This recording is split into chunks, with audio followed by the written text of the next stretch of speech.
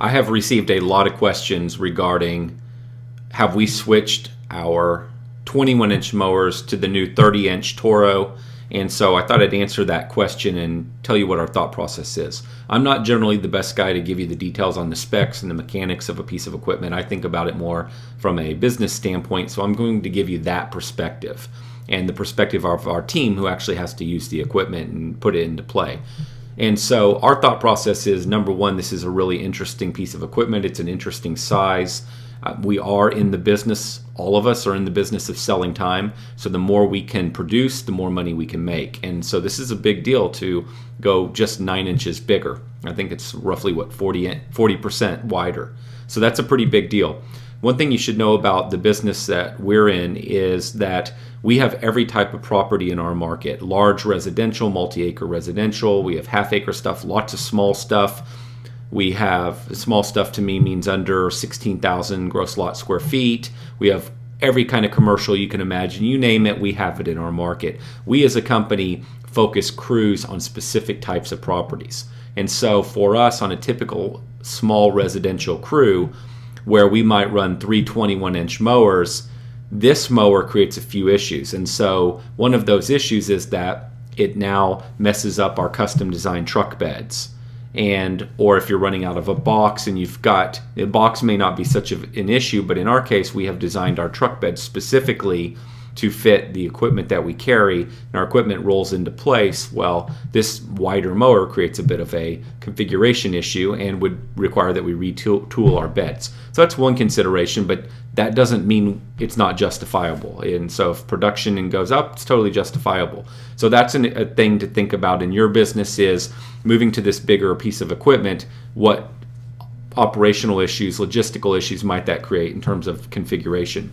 Now, the reason why I think that's important is what we don't like is running a lot of different pieces of equipment. We think it's really important to run similar brands, similar equipment. That way, if you're running 9 different varieties of equipment, multiple brands, the problem you run into is you need to train on each of the models. You need to train on each of the brands. If you need parts, you now have a different issue than if you have, for example, if you run steel for line trimmers or weed eaters, and you have 20 of those and one breaks down, it's easy to get apart. If you have steel and Red Max and you have Echo and everything else, now it gets a little bit harder to swipe parts in a bind. And so it's nice to run one brand and have a lot of that brand. It gives you buying power, and then it also gives you the ability to train your team. There's a million operational advantages by simplicity. And so one of the considerations here is that if we're going to retool and we're going to move our smaller residential crews to this 30-inch piece of equipment, what does that mean? Does that mean we completely eliminate the 21s? Does it mean we run 130 and 2 21s on every truck? What does that look like? Also, when we're doing commercial work, the 30-inch is nice, but we could just as easily run full-fledged walk-behinds that are bigger and bigger riders. So our strategy is always to put the biggest piece of equipment that we can on a property. And so in the commercial space, it generally makes more sense to go bigger. And the only time that we are pulling out mowers is when we're doing the small, tight areas. And so I'm referring again to the 21-inch mowers. So the 21-inch mower still fits nicely into a commercial crew. Yeah, 30 is great, but the 21 is still a nice, quick little light piece of equipment. And light is something to consider. There is a weight difference between these two pieces of equipment. 21s mulch very good. They're a single blade. I can't say that the dual blade of the 30 doesn't mulch as well. The 21 works. It's super light. And because, again, we're selling time in a scenario where we have rain or bad weather, we don't have an issue generally with the 21s rutting the ground or causing problems. So there's a weight concern here. Though not drastic, there's absolutely still a weight concern. So that's something to consider. So consider, how are your trucks tooled and your beds and your trailers tooled? Consider that, how are you going to implement this piece of equipment? Are you going to replace all of your 21s with the 30s? Because I think it's a negative to have a little bit of different types of or pieces of equipment.